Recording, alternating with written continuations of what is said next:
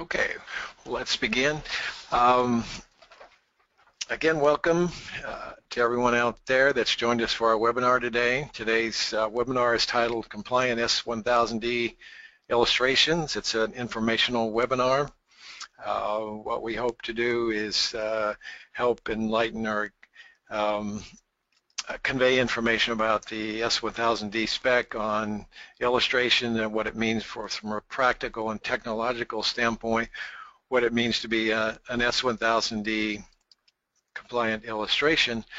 There will be two presenters today, myself, Don Larson. I'm the head of Larson Software Technology. I've got a long background in software development and graphics software. And the other presenter will be Dave Manick, who's the president of Visual Sight. Dave has a long history in technical illustration. Dave is also familiar with technical illustration, technical documentation, and the software used and technology used in that field. So on with the webinar.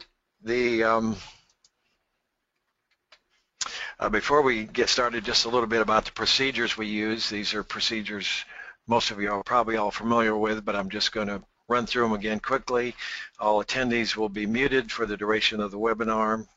If you have any problems, use your chat window, as I've got illustrated there in your webinar control. Questions will be answered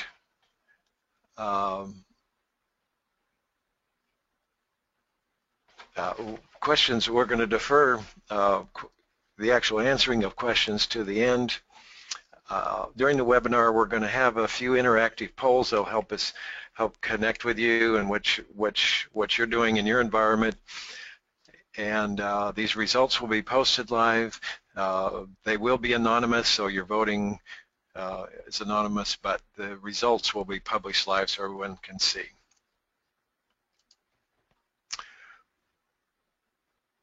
And there's a list of the interactive polls just to give you in advance a little bit of time to prepare or perhaps think about them. Does your organization use or have a current S1000D project? Do you use CAD data to produce your illustrations? What formats do you use in your graphics publishing? And do you use a CGM viewer technology? And then if you do, what viewer is that?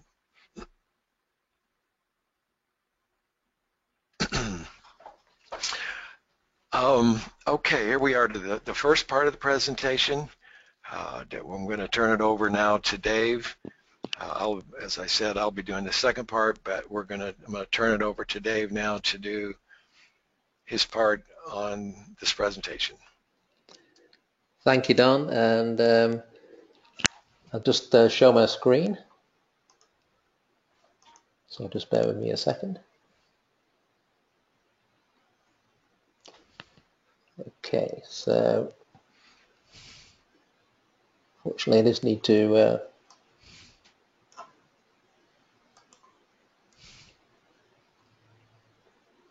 sorry about this. So yeah, thank you, Don, and yeah, I'm from Visual Sight. I've got a long experience with, as Don just said, with technical graphics and the software used to generate them. And also going back many years to when we generated illustrations on the drawing board. So hopefully today we're going to give you a good overview of the illustration process and how that relates to the S1000D specification. So in the first part, I'll be mainly talking about or discussing the ways that, or specifications, or the styles you would use to create the illustrations themselves, or the look and feel of the illustrations, and how that pertains to the S1000D spec. And then the second part is more the technology side, where we'll be talking, we'll hand it back to Don, and Don will be talking about the CGM format itself, the computer graphics meta file, and how that relates to the specification. So we have really two parts to the presentation today. Don, you don't mind muting yourself, do you, for the rest of it? Thank you. So we have, with this first part, we've Muted. split Unmuted. into 3 parts. The part I'm going to do is going to be in 2 parts, actually. So the authoring and identifying of information. So these are all on the right-hand side. You can see the actual chapters from the spec itself. So you can see the first part is all about authoring and illustration rules and multimedia. So if you've ever gone through the spec, you will know you've been through this chapter already. So some of you might be familiar with it, others not. Then we could talk about identifying the information that we create, and that's usually done through an information control number, formerly known as an illustration control number. And then, as I said, we'll be handing back to Don to talk about the CGM file itself and how you create those in a compliant manner.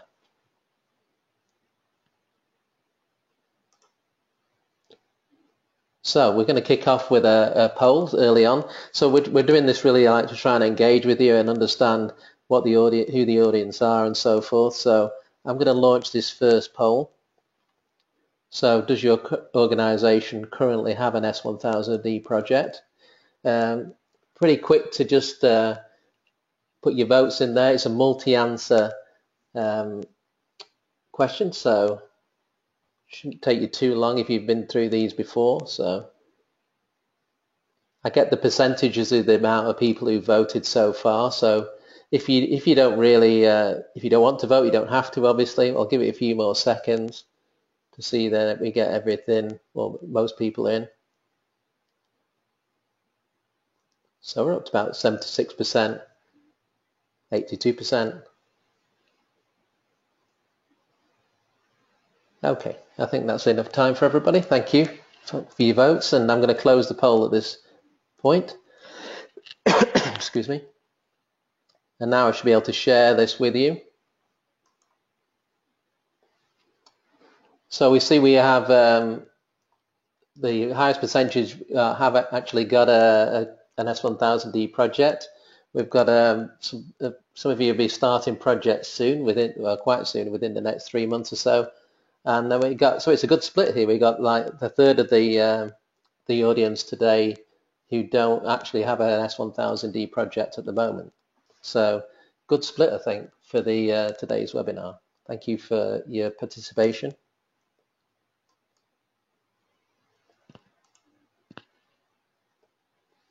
So with I'm going to look at 3 main chapters this morning in my particular part of the presentation, and these are highlighted in the purple color.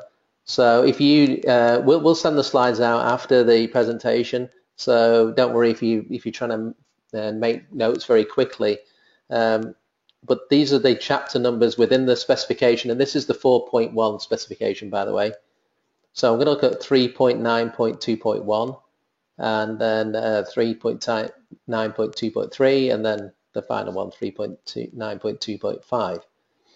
So these are, we could go through all of them, but it could get a bit more chain into perhaps a training session. So we're just going to give you a feel and an overview of the spec this morning in relation to illustrations.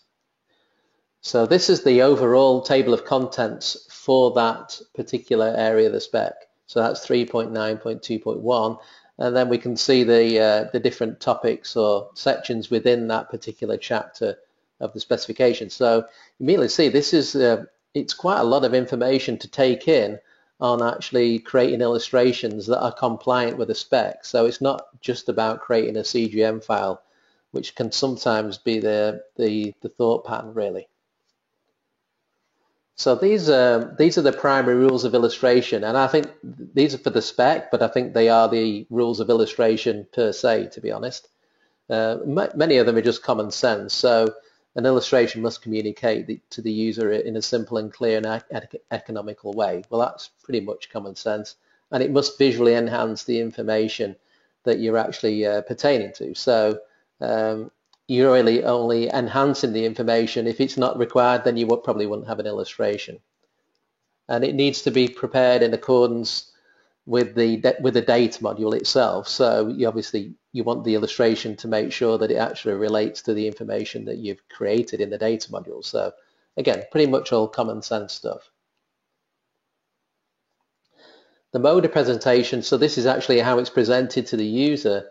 Now, it's advised really that you use portrait and orientation, but you can use landscape illustrations using a fold-out. And this would be something that would be in your project business rules. So as a standard, then you wouldn't use a fold-out, but in your business rules, you can say that we use them in this particular project. If it's for a delivery to an IETP, or an interactive manual, then when we have the kind of same rules don't apply, because they could be different orientations because of the way that the manual is presented. So if you see the illustrations here on the in the part of the manual, then you can resize them, scale them, and so forth. So you get a much more interactive way of navigating around. You can zoom in and zoom out and so forth. So you just need to give some thought or some consideration to that, is how you're going to deliver the manual. Is it going to be to print, PDF perhaps, or is it going to be to an interactive manual? So actually creating the illustration itself, I sometimes wonder how many times that people actually look into this part of the section and see that there's actually line weights that are recommended.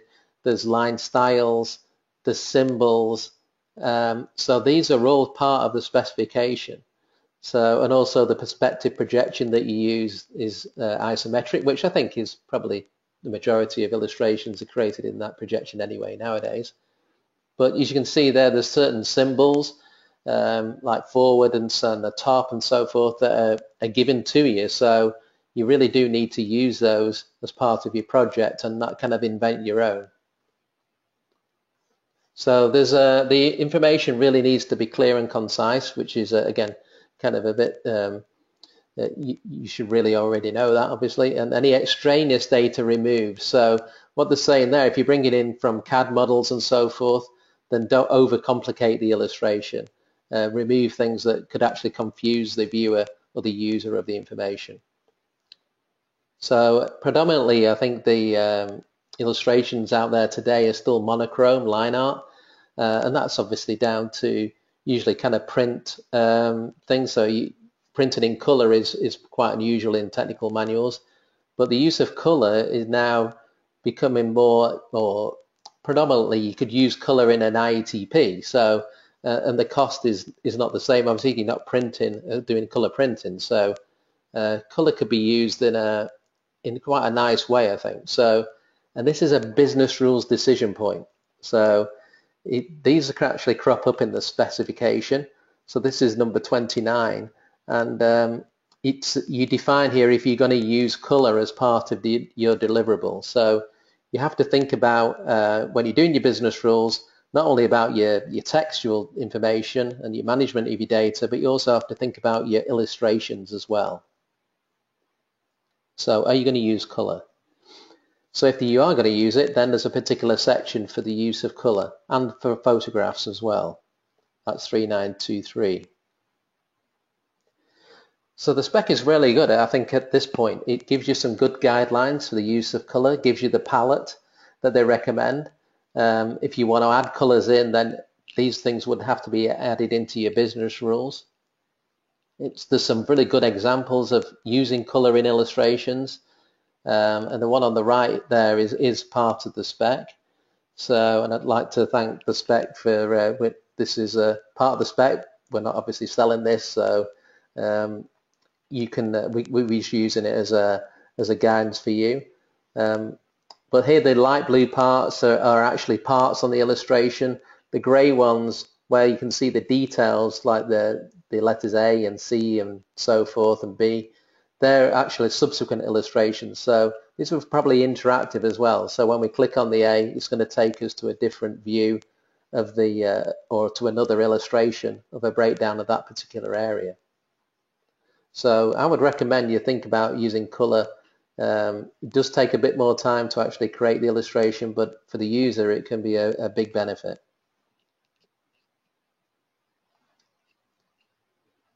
Next part I want to look at is quite a buzz around using 3D data at the moment, and how do we deliver that as part of a technical manual, especially in S1000D. Obviously it's not something we could deliver in a printed form, so this is really where we're going to deliver it into an IETM or ITP. So at the moment, this is quite a small section.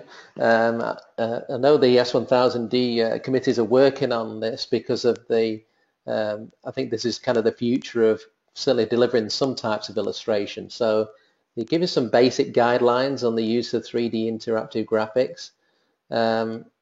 It says here it has to be verified and authoritative, which 2D should be as well. So I think that goes without saying. But they're really recommending that you could use 3D in where there's a real benefit to the user, where there's a complex procedure. So really good visualization of a disassembly or an assembly of an item. That's where we could use the 3D information. But still, the appropriate warnings and cautions have to be part of that illustration as well, or that 3D graphic. So you still have to have the same kind of thought pattern as you would with a 2D as you would with a 3D. So there's still some liability in there if you put 3D graphics out. Currently, there is no 3D format, delivery format specified by the S1000D committees or specification. They are working on this. There's a particular team called the Model-Based Enterprise Task Team that are working on more guidelines for 3D content, and I believe that also includes the the format itself. So what that's going to be, I don't know for certain. It should be an open format. So we have 2D, on the 2D side we have CGM, Computer Graphics Metafile, which Don will talk about shortly. But on the 3D side there is no specified format currently. So I'm now going to run our second poll. So let me just set that up. So does your organization use CAD data to produce your illustrations? I have a feeling this is going to be predominantly yes, but we'll go anyway. It's a multi-answer again. So just please submit as you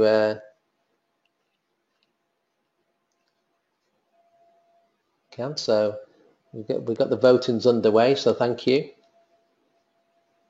Just click the choices that you want to make and then submit. Because it's multi-choice, it usually takes just a bit longer.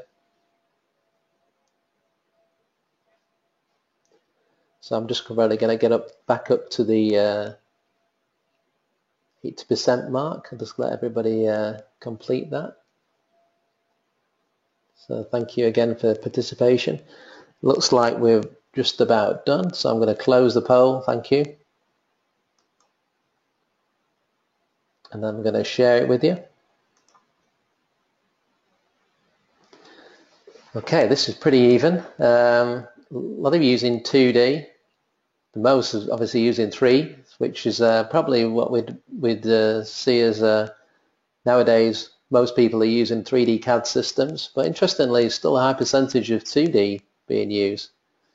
23%, so a quarter of the audience are actually deploying the 3D data, which is interesting. Be interesting to know what formats those were. And obviously another quarter do not use CAD data. So some interesting results there. Thank you. So I'm going to hide that particular poll. We should go back. Okay, so we're on to the final part of my particular part of the presentation, which is the information control number. So once we've created the illustrations and hopefully use those guidelines to do that, we then need to give this a control number. In fact, you probably have done this already, but so let's have a look at the information control number. They actually changed the name from illustration to information, and that really means any kind of multimedia object now has to have an ICN code. So it's a unique code, and it's for illustrations. We have another business rules decision point at this in the spec. So, and it's basically, do you display the ICN number as part of the illustration when it's actually reproduced? So, in other words, do you see it when it's on part of the printed form or it's on the IETP? So you make that decision. If you make it, then it goes in the lower right corner usually of the figure. Okay. So you have two choices how you actually name those files. The first one here, so this is another decision point. Do you use what they call the cage code, which is the manufacturer's code, or do I use the project code, the platform code, the model IC? The cage code is a lot less complex. It doesn't really give you a whole lot of information where that illustration sits in the overall project. And I must say I've never seen it used yet. So I would think the majority of people are using the Model IC code to generate that information. So the Model IC code based ICN code is a lot more complex, and it really defines where that illustration sits in relationship to the equipment. So it's more of a mapping from the data module code itself. So it gives you a lot more granularity in the way that you identify the information. So we have the same Model IC code here. We have the standard numbering system, which, if you're familiar with the data module code, will give you the system, the subsystem, and the sub-subsystem. Gives the originator code, and also the cage code. So, so pretty much like a data module itself. Also security classification, which is obviously important. So it's always prefixed by the ICN, as the prefix for data module is DMC. So this is predominantly the one that's going to be chosen, I think, for most projects. It gives you that granularity that you need.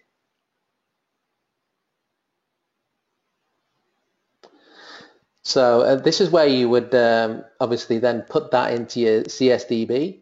So, and that's where I'm going to pass back to Don, because Don's going to talk about CGM, and this is what you would be putting into your CSDB. So I'm just going to hand back to Don, and he should be able to show his screen. Okay, thank you, Dave. So now we're going to delve into the more technical aspects of a S1000D illustration. On the screen I've got we've got the chapters which deals with the specifications for graphics, chapter 7.3.2, and there's table of contents, just to show you what we're going to be covering here in my presentation.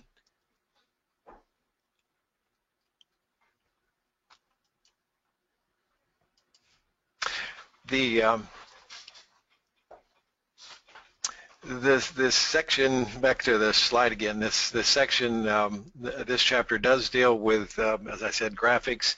Now it does outline the specifications for CGM and TIFF, as TIFF can also be a method of illustration, but I'm going to focus obviously more on the CGM, because CGM is the recommended format for technical illustrations. And hopefully what I'm going to do is go through this, we are going to go through this chapter and help you understand some of the terminology and what it means. When we generate illustrations, we don't, as an illustrator or something, we don't need to know all this information, but we're a program manager, a tech pubs manager, or if we're going to be acquiring software, we need to understand the technology, the underlying technology, to help us do our job better. A brief introduction to CGM and how it all came about. CGM, my computer graphics metafile. It's a 2D open graphics format means it's non-proprietary, not owned. And originally the CGM specification was developed by the International Standards Organization. That work actually began way back in the late 80s and evolved over 4 different versions of the computer graphics metafile. It evolved from a basic 2D format and evolved to where it is today into a more complete format, not only for graphics but for metadata. The CGM format itself is now managed by the CGM Open Foundation. This is a consortium of both users, large organizations, large companies that use it, but also by developers. And as I said, the specification itself was developed by the International Standards Organization, but it became apparent in the early 2000s that there was going to need to be more than that. There was going to need to be a group dedicated to the interchange and specifying the interchange and rules for interchanging it. And so the CGM Open organization evolved, and they actually developed test data, published test data suites, worked on the specification, clarifying, and helped users and developers better implement. And then there was the Web CGM profile. The Web CGM profile is what the actual S1000D graphics specification is based on. The Web CGM profile was actually published by the W3C organization, but the way it came about is there was a working group set up in W3C graphics working group that was populated by the CGM Open members, technologists working on the CGM spec. And so that's what, when you hear about the Web CGM profile, it's actually a web standard for delivering graphics over the internet, and again is the basis of the S1000D specification, so that's why it's for graphics, so that's why it's important here. The actual table of contents and on CSDB objects, the first thing, 1.1 just covers the general graphics requirements for S1000D illustrations. The next section talks about versions. There's actually 4 versions. There was actually only 3 versions of the specification that were actually published, because by the time they got around to publishing 2, it was ready to do 3, and so those were folded together. But the actual S1000D specification we're working with today is actually version 4. So for all intents and purposes, we're talking about when talking about S1000D illustrations, we're talking about a version 4 metafile. And then the next section covers the terminology, and 2.2.1 talks about an application profile. Well, an application profile is a general terminology for S1000D profile is a profile. Web CGM is a profile, but there are also other industries that have profiles. So that's all it means. When the standard was developed, it was envisioned that there would be other industries that would need profiles, and so this notion of a profile was developed. When you get into working with the format itself, there's a thing called the application structure, and that's how metadata and structure is put in a CGM. In other words, a CGM it's a picture, it's a bunch of graphic elements, but it has to be structured and grouped so we can, which we'll talk about later, but we can highlight these objects, or so that's what an application structure is. Just the term for how metadata and structure is encoded in a CGM. And then another general term is a CGM element, which just means the elements are comprised of their control elements, there's graphical elements, there's attribute elements. So that's just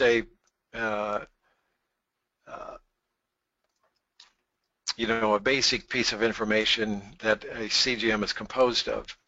And then the other terminology, CGM generator, CGM interpreter, that simply means a generator is software or a system that writes CGM, and interpreter is a software that reads or CGM. For instance, a viewer like IsoView is a CGM interpreter. Software like that creates CGMs or generator, for example, like IsoDraw is a generator, but it's also an interpreter. Now, some illustration packages may only be interpreters, like for instance, Adobe Illustrator is only an interpreter and is not a generator. So that's what that means there. And then a graphical hotspot, well, that just means a designated region of typically it means a call-out that has a region associated with it that can be highlighted, but also objects or groups of elements can be hotspots too. So it just means a region that is identified that can be highlighted or interacted with in a CGM viewing application. And then a graphical object. Here there's a slight difference. The next term, graphical primitive, just means the basic primitives that CGM is composed of, which are lines and polygons and text and circles and ellipses and curves. Those are the basic primitives that drawings are created, illustrations are created from, but a graphical object may be a group of those. For instance, a call-out can be a graphical object so that it can be highlighted, but that call-out is actually, or that object is composed of multiple primitives, so that's the difference there. And the last term, metafile, and that's again just a CGM is a type of metafile, but there are also other types of metafiles that are not CGM. For instance, a Windows metafile is a popular metafile. So metafile just means a file format that encapsulates a graphical picture. And then the last term there that I'll be covering is the 2.3 is the actual body, and it's a pretty meaty section. 2.3 is the CGM profile, and that's the one that actually gets down to the details of the rules for primarily for software writers and developers, and ones that need to validate files. That's what that section covers. So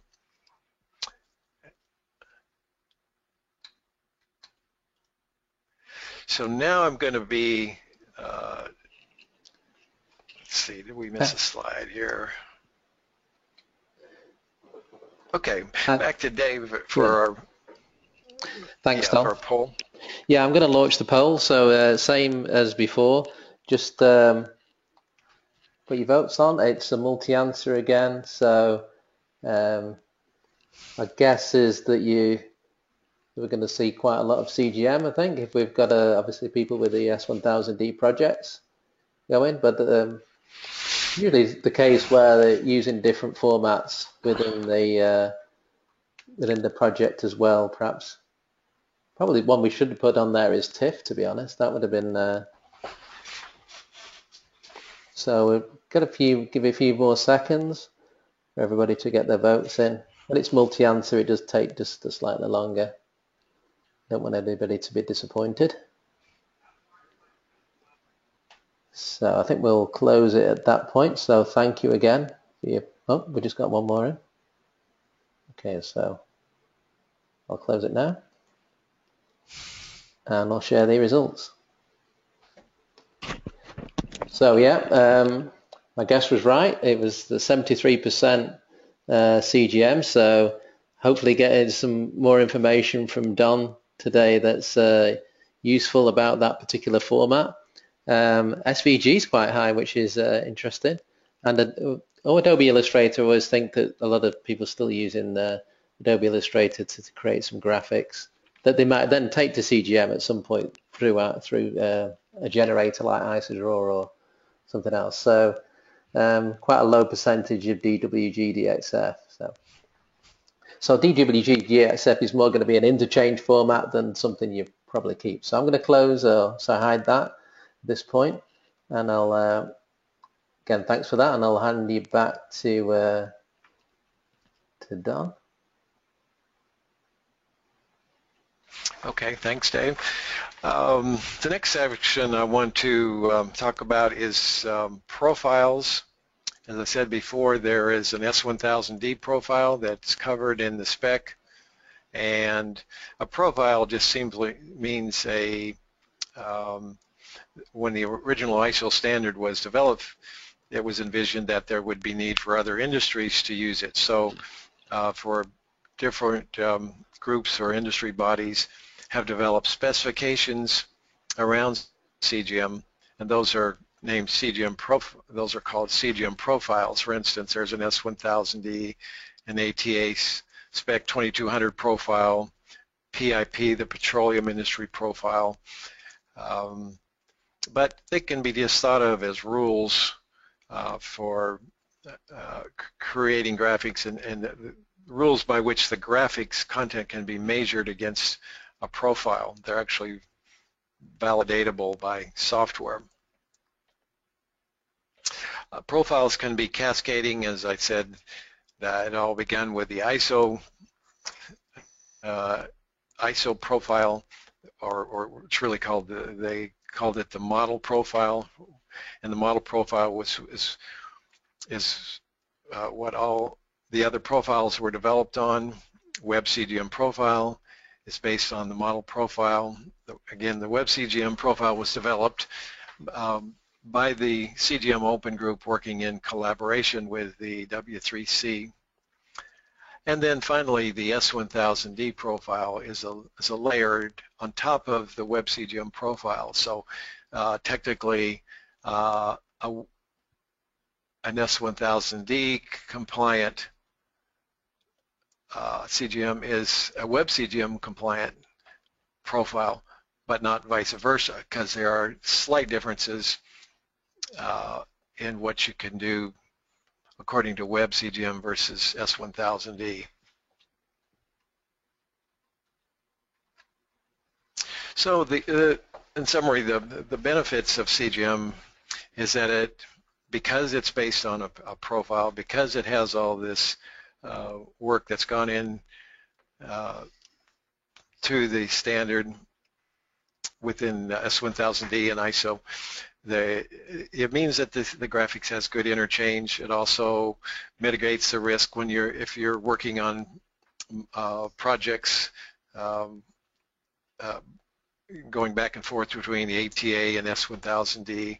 Now, there was work actually done in CGM Open and S1000D to harmonize the ATA profile and the S1000D profile. So in a lot of cases, an S1000D compliant CGM can be also an ATA compliant CGM, but there are subtle differences that should be pointed out.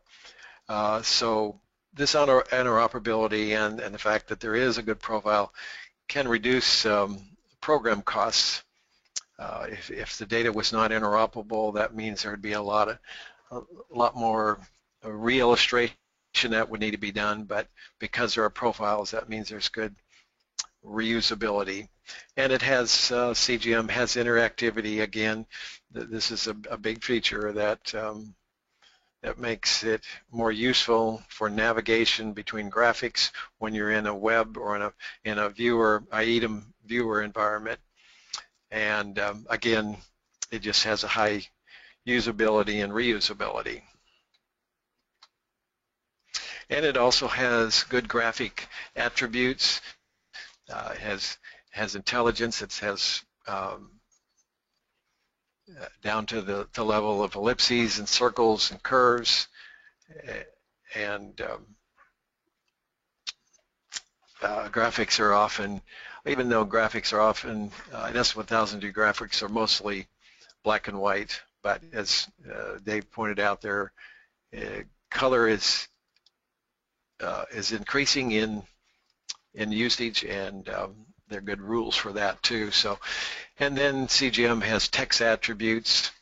It has, although the requirements in technical graphics are low, the spec says that most of the text is supposed to be encoded in XML, but the typefaces are not usually diverse. Predominantly Helvetica and Arial, which is its Helvetica's metric equivalent on Windows. And CGM text also has the ability to constrain text to put it in a box, so that when you're labeling callouts and descriptions, those texts can be constrained to be in a box so that they don't interfere with the actual graphic content. CGM can also have metadata inside the file, but it also can have metadata out. And when we're talking about metadata, we're talking primarily the hotspots, and that means the metadata for hotspots means things like it has an ID, it has some name attribute. It's usually like a description, has a region. But like I said, the metadata can also be in an XML companion file that can be externalized, which makes maintenance of graphics easier. And it's recommended that, for instance, if you have text in your illustrations that is or metadata that is language dependent, it's recommended that that information be put in XML rather than in the actual CGM file itself. So onto the actual delivery now. When we get done with illustrations, they have to be delivered somehow, either in a web browser, which is how most CGM graphics are delivered, but it can also be delivered in print format.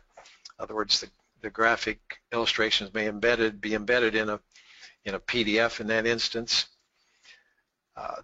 There needs to be a CGM viewer to view it. Typically, that viewer, when we talk about a viewer, a CGM viewer, we usually mean a viewer inside Internet Explorer. That's the most common use. But a viewer plugin, using a viewer plugin, let's say like ISOView or VisXView or one of the other viewers, but also a CGM viewer can be a dedicated item viewer. One of the most widely known perhaps is the Trilogy, VA Trilogy viewer. That's a dedicated viewer, it's not a plugin. This is a diagram that we've got here on the screen, shows the actual delivery and how in a web environment how CGM graphics are delivered. We have this box here represents a CGM viewer. On the right we have the inputs, which can be the CGM file and the companion file. So at viewing time, those are presented to the viewer.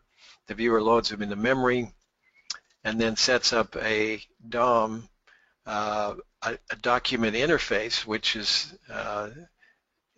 simply a JavaScript interface to the data, so that for more advanced applications that CGM can be interacted with to highlight and do navigation between CGMs and CGMs to other documents.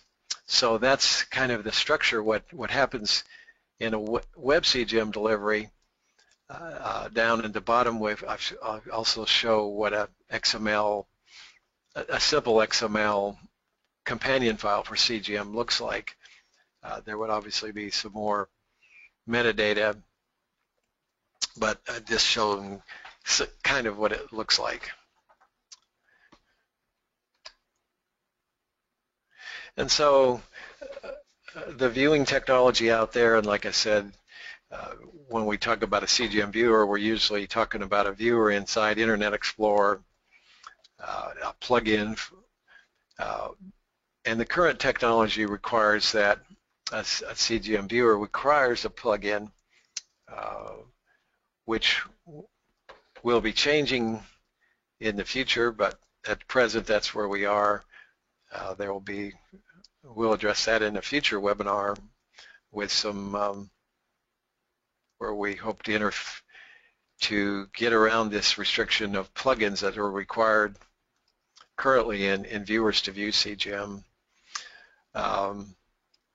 So that's the actual deployment of it, and like I said, those publishing of CGM files do not necessarily have to be in a web environment. They are often published inside of documents, inside of PDFs. They're embedded in PDFs, and but that also requires some kind of CGM component to actually render those in a publishing system. So now we're going to move on to our next poll. Yeah, thanks, Don. Dave. Yeah, thanks for that. Yeah, this is quite a simple one. This is a yes or no answer, and this will determine if we actually do the final poll. So I'm going to launch that.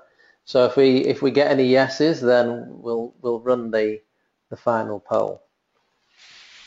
So this should be obviously a lot quicker, I think, and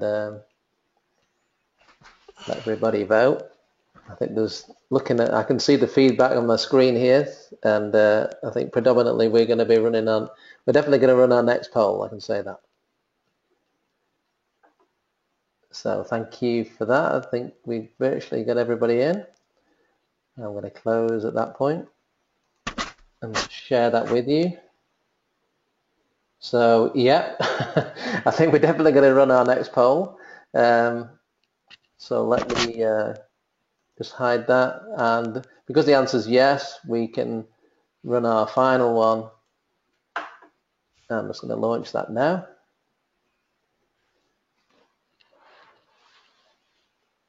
So it'll be interesting to see which ones were being used.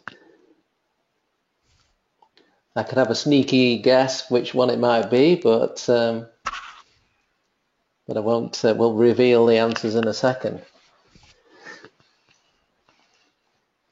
So we should get a fairly good number of votes, because there was obviously the majority of people are using one or might be using one as part of their deliverable to them. Or so let's just give a few more seconds. Okay, I'm going to close it at that point. I think everybody's in, and let's share this final poll with you. So there we go. We've got VisXView. So I'm pleased, Don, that you've got some customers out there using your viewer. IsaView obviously been around a long time as well, and with the connection to IsaDraw is obviously one of the reasons. Probably that's the highest. Nobody using Active CGM, which it's still out there. I think it's still being used in some areas, but obviously nobody on today. And Cortona, 2D Viewer, and then we've got other 27%. So it'd be interesting to know what those other 27% are. So I'm going to hide that. So thank you again for your participation. As I said, these are all private. They don't register under your name or anything. And okay, so I'm just going to apologize, I'm a bit behind here with my slides. So don't get busy. There we go. So thanks, Don, for that on the CGM format. I'm just going to close the webinar now. And so just to summarize what we've been through today, it's obviously all about graphics, and they're an important component of the S1000D project that you're working on or will in the future. We've talked about authoring the illustration or creating the illustrations, whichever way you're generating them.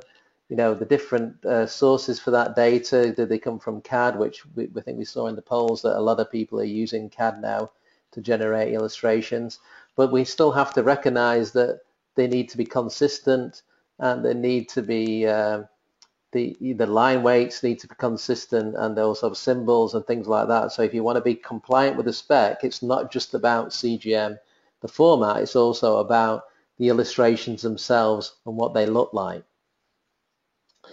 and also identifying the illustration. You know, the ICN number is key, as it's just as important as a data module code.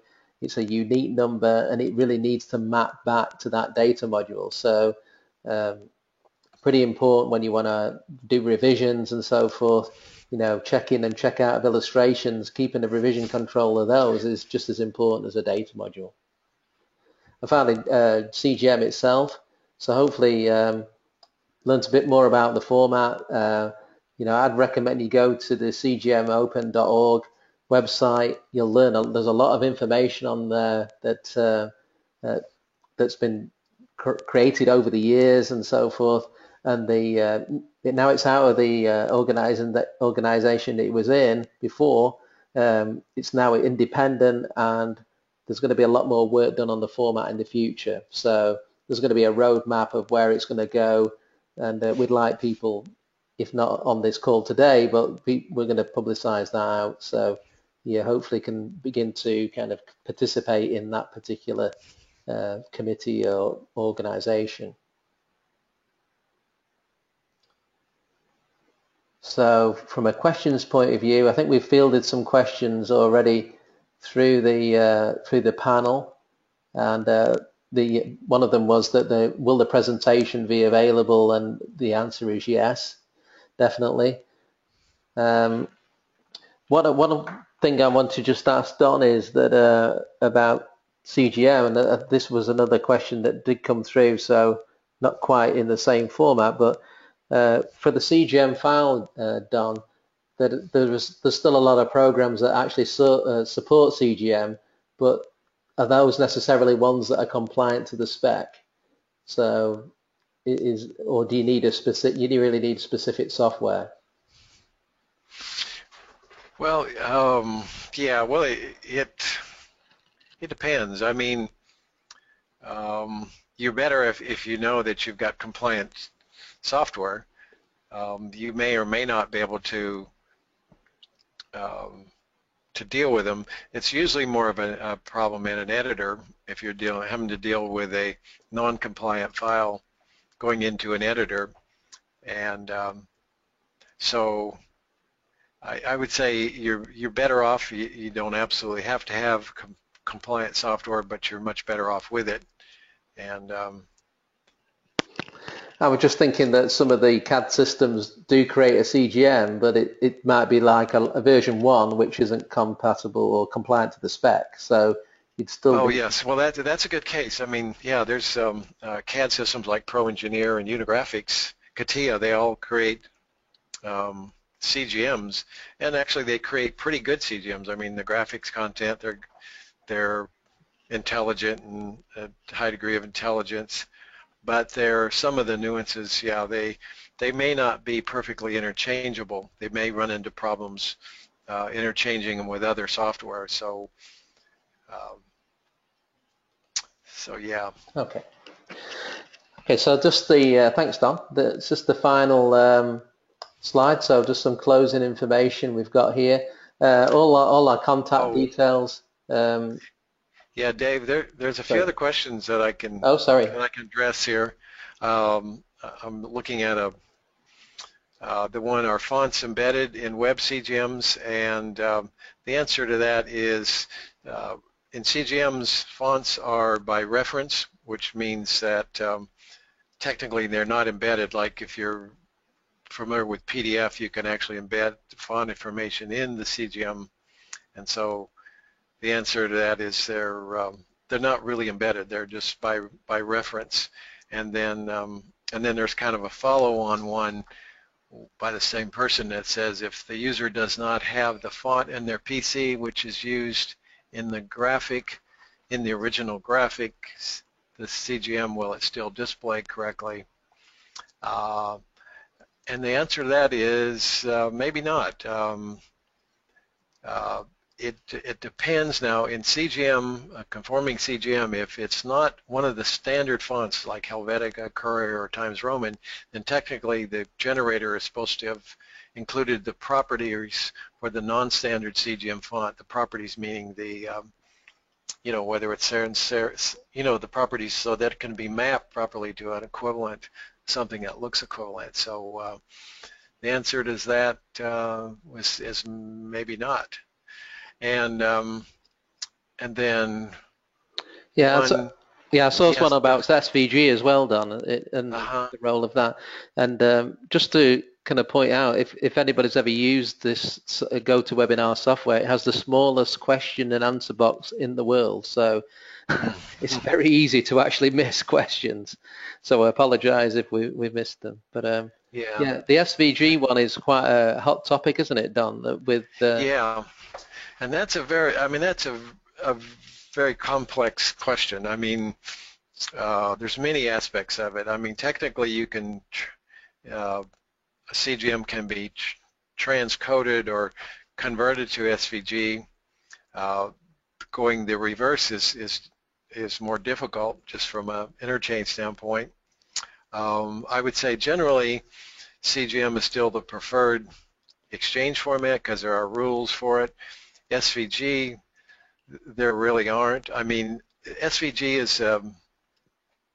it has a much wider usage than CGM, and so there's much less controls. Now there may be standards work that's done, maybe in S1000D.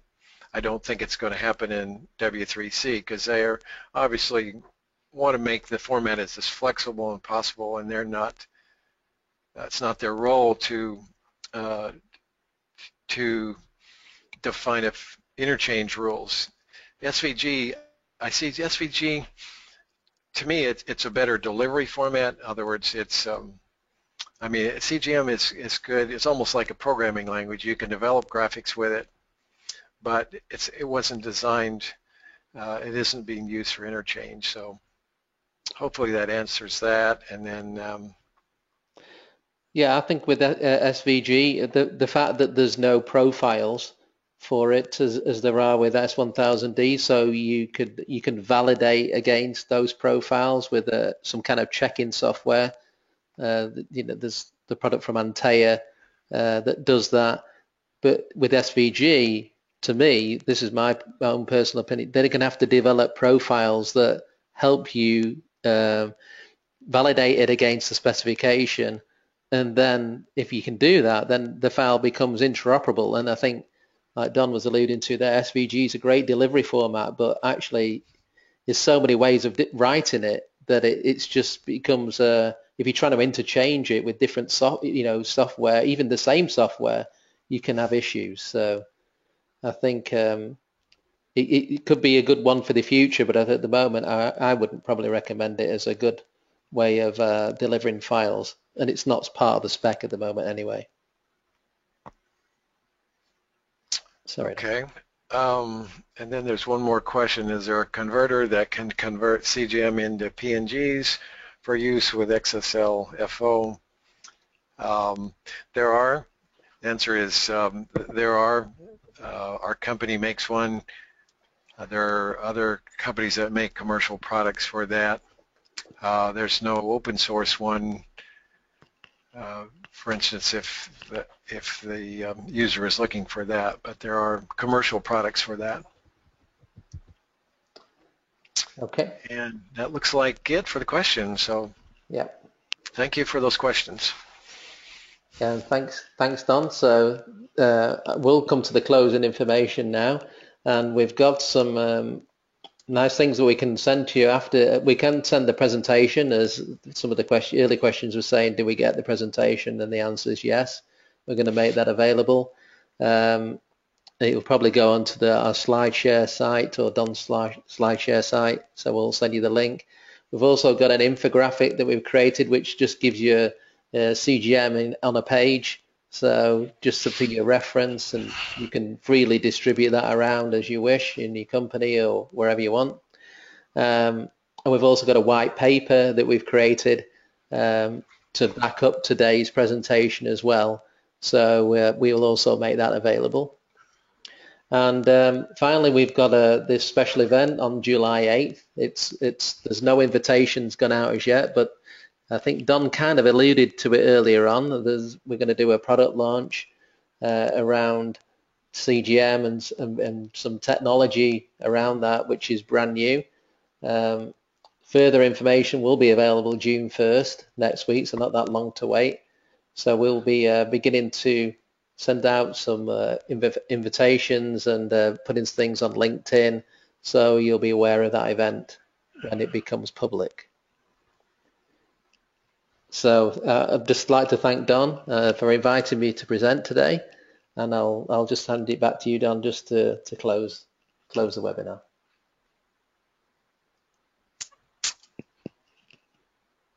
If you're not on mute, that is. Yes, okay. Well, thank you, and thank you all for attending, and like Dave said, we will be publishing this recording of this webinar and the slides, so thank you all for attending. Thank you.